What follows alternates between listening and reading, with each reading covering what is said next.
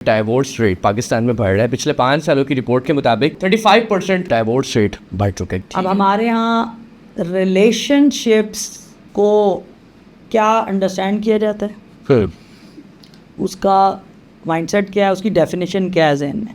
यहीं पर अगर मैं सवाल करूं, शादी लव मैरिज करनी चाहिए या अरेंज मैरिज? देखिए जी, जिसका जो दिल करे वो करे। मैं मेरे से जब पूछेंगे मैं यही कहूँगी कि जी ये बहुत बड़ी जिम्मेदारी है, किसी पर डाल दो तो ज़्यादा अच्छा है। ठीक है, सही बात है।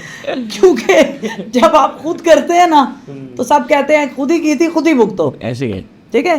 तो जब आप अरेंज करते हो ना, चाहे वहाँ पे भी यही हो आपके साथ, लेकिन कम से कम कहते हैं नहीं नहीं हम तुम्हारे साथ हैं।